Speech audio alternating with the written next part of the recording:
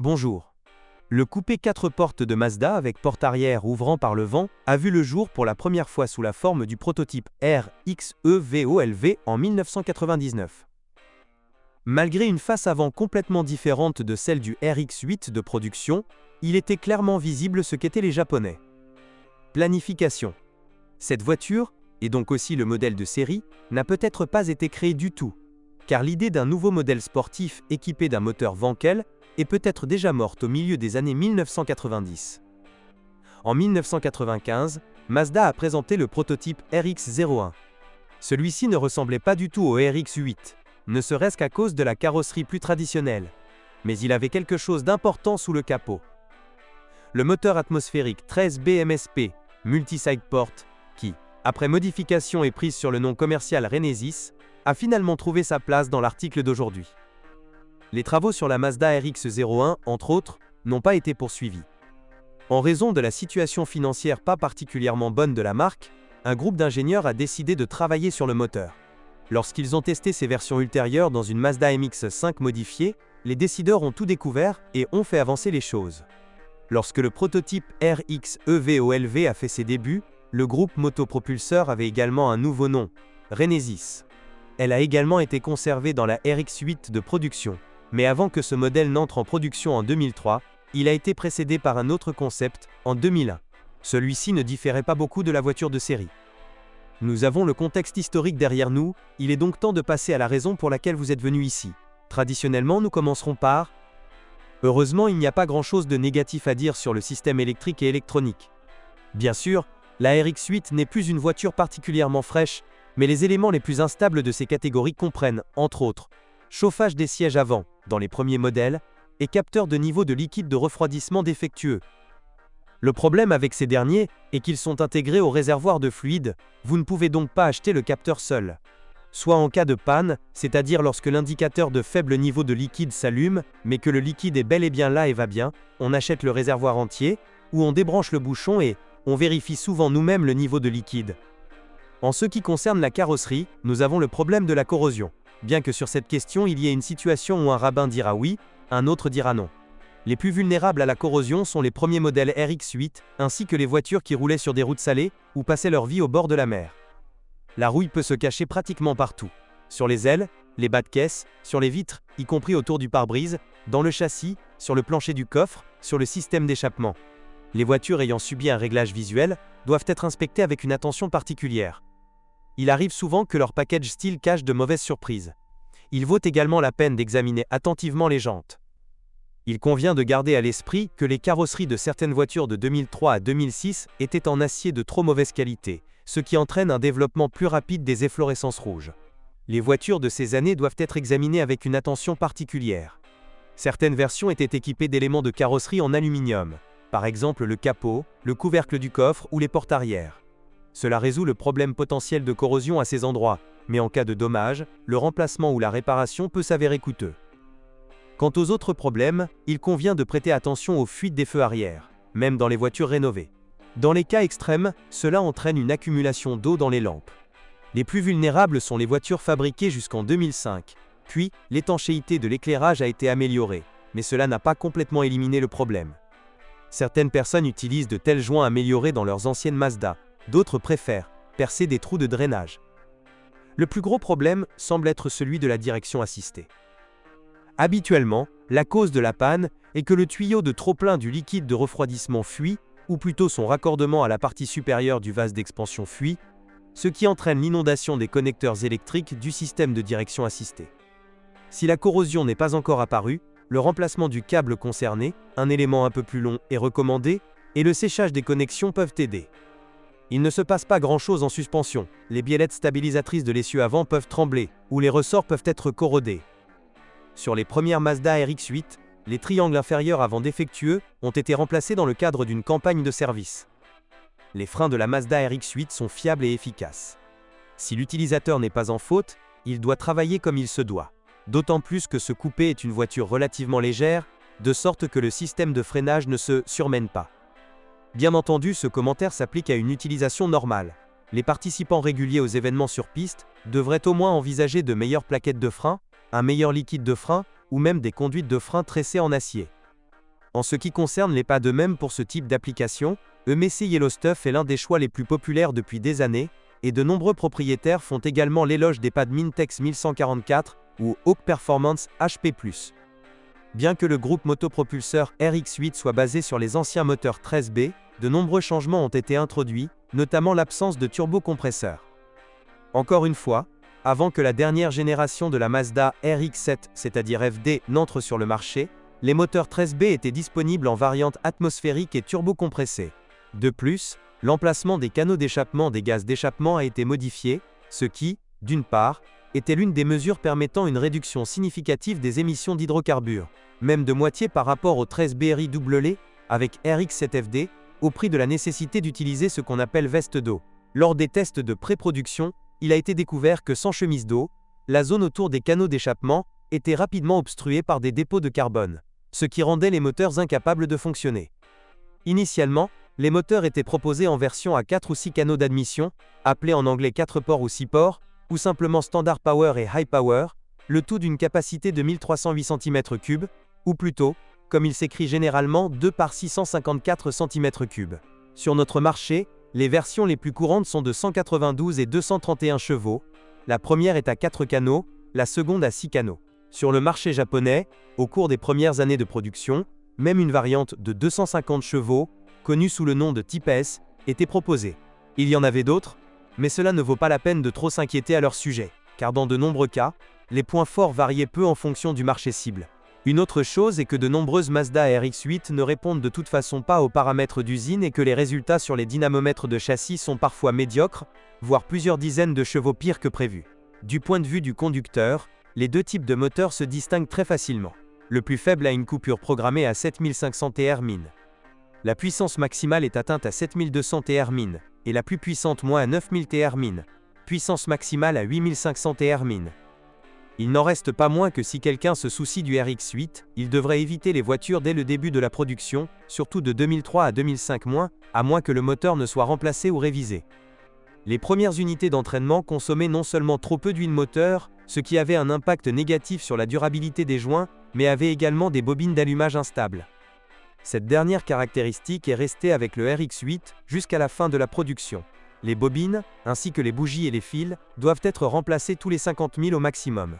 Kilomètres, mais si quelqu'un n'a pas de chance, il tombera en panne ou s'usera beaucoup plus rapidement. Si le kilométrage annuel est faible, les bougies d'allumage d'origine doivent être remplacées tous les 3 ans. Il vaut la peine d'envisager de meilleurs substituts, par exemple NGK ou Magnécor. Ce qui est le mieux, c'est que pendant longtemps, de nombreux propriétaires ou même des concessionnaires étaient incapables de comprendre que les problèmes de moteur étaient causés par des bobines usées. Les moteurs ont donc été remplacés. Ou non, attendez. La meilleure chose était que Mazda a rénové ses moteurs plus anciens, mais le contrôle de qualité était au départ à un niveau si terrible que les unités après la rénovation étaient en pratique pires que les toutes neuves. Ils ont confronté les utilisateurs à toute une série de problèmes, y compris, encore une fois, ceux liés aux bobines d'allumage. On estime que près de la moitié des Mazda RX-8 de première série ont subi au moins un remplacement ou une rénovation de moteur. Il était rare que le moteur soit utilisé pendant plus de 160 000 ans environ. Kilomètres. Il convient de mentionner que les unités 13B- également dans la version MSP peuvent être inondées lors de la tentative de démarrage. Le constructeur avait cela en tête et a pensé à ce qu'il soit possible de faire tourner le démarreur sans fournir de carburant au démarrage, vidant ainsi les chambres de combustion. Vous pouvez regarder les détails dans la vidéo de l'atelier Rev Service ci-dessous, mais de manière synthétique et simplifiée. D'abord, on tourne plusieurs fois le démarreur avec la pédale d'accélérateur complètement enfoncée. Cela coupe l'alimentation en carburant, puis on revient aux procédures plus conventionnelles.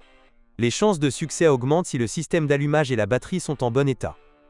En introduisant un injecteur d'huile supplémentaire et en augmentant sa pression d'injection, les joints ont commencé à durer plus longtemps. L'utilisation d'un nouveau pot catalytique a également eu un effet bénéfique. Il a limité l'accumulation de dépôts de carbone dans les canaux d'échappement, ce qui a réduit le risque de surchauffe des joints latéraux des rotors. Les versions plus faibles avec moins de canaux d'admission ont été supprimées de l'offre.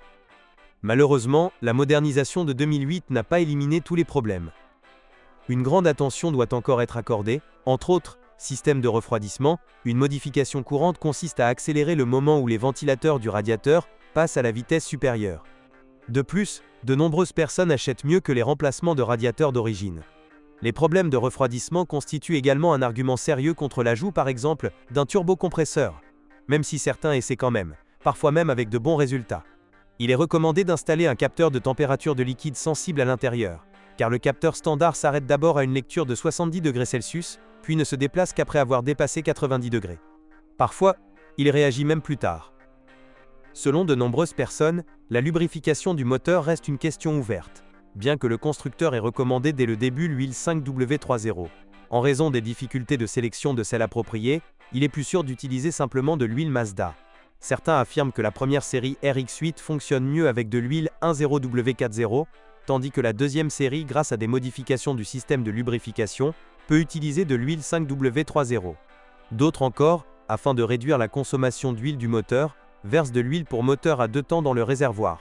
Mais c'est une mauvaise idée, car cela nécessite le retrait du pot catalytique, et cela entraîne des problèmes lors du contrôle technique. L'indicateur le plus important de l'état du moteur reste sa compression. Un moteur en parfait état donnerait des relevés de 8,5 bars ou légèrement plus, mais en pratique ces situations sont rares. On peut toujours se contenter de résultats compris entre 8 et 8,4 bars, 7,5 bars reste acceptable à condition que le propriétaire veille sérieusement à son bon fonctionnement. Plus la compression est faible, plus tôt une révision ou un nouveau moteur sera nécessaire. Les valeurs inférieures à 7 bars sont de mauvaises informations, et une unité avec une compression de 5 à 6 bars ou moins n'est plus adaptée à la conduite, même avec le En parfait état du système d'allumage, il sera toujours très sensible aux inondations et ses performances seront sévèrement limitées. Rappelons que selon la version et l'année, plusieurs types de démarreurs étaient installés dans la Mazda RX8. Ils sont interchangeables, mais ceux utilisés jusqu'en 2005 ne tournaient pas aussi efficacement que les suivants. Par conséquent, les tableaux et graphiques sont utiles pour évaluer si la compression dans un moteur donné à une vitesse donnée est correcte. Des instructions sur la méthodologie de mesure peuvent être trouvées, par exemple ici. Selon l'année et la version, vous pouvez trouver des boîtes de vitesse manuelles à 5 et 6 vitesses, les premières étaient associées à des moteurs plus faibles, et des transmissions automatiques à 4 et 6 vitesses. Ces derniers ne posent pas de problème majeur en eux-mêmes, mais selon certaines sources, les RX8 à transmission automatique commencent un peu plus tôt à souffrir de problèmes de joint moteur.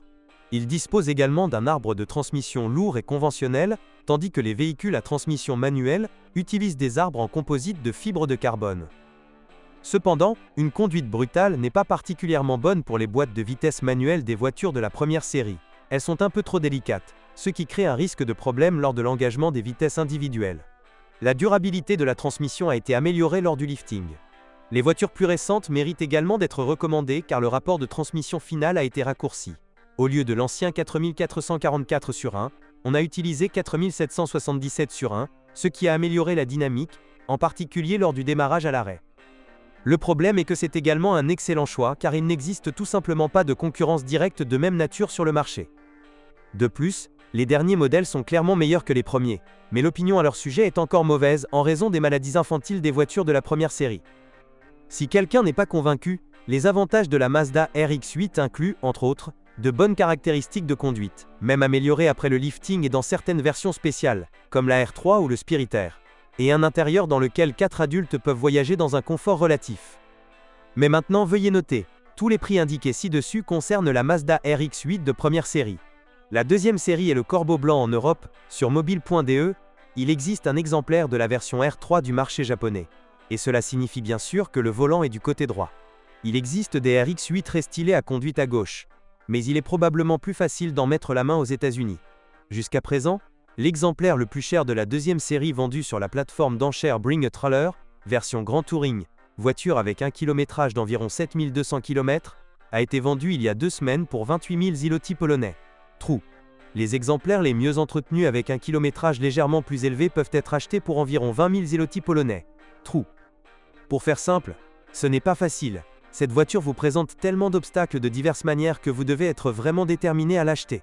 Par déterminé, j'entends également une situation financière suffisamment bonne. Cela fait très mal, car si l'on supprime tous ces problèmes potentiels, la Mazda RX8 est un véhicule étonnant qui se démarque de tous les autres JDM. Il serait à moitié dommage que la deuxième série la plus réussie, peut-être pas nécessairement stylistiquement, mais techniquement oui, avec un moteur amélioré, soit plus facilement disponible sur le vieux continent. Mais malheureusement ce n'est pas le cas. Je ne peux que soutenir quiconque achète une telle voiture. Car de cette manière, Cela améliorera non seulement les qualités visuelles des routes, mais permettra également aux environs d'écouter l'un des moteurs les plus inhabituels de l'industrie automobile moderne. Et si vous connaissez des défauts courants, vos commentaires seraient appréciés.